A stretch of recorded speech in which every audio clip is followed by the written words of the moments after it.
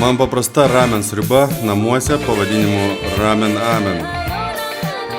Pjaustome mėgstamus grybus, laiškinius svogūnus, kukurūzų burbuolę, gali naudoti ir konservuotus kukurūzus, keptą ant pieno skrutinėlių.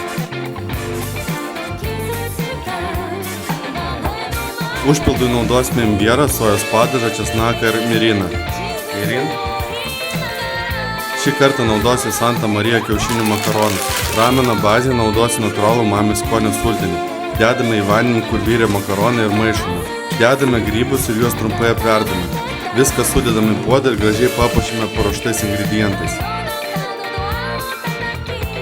Dar papildomai naudojau čili pipirą, jūros dumblius, sezamų sėklas bei virtus kiaušinius. Na ką, ragaujam?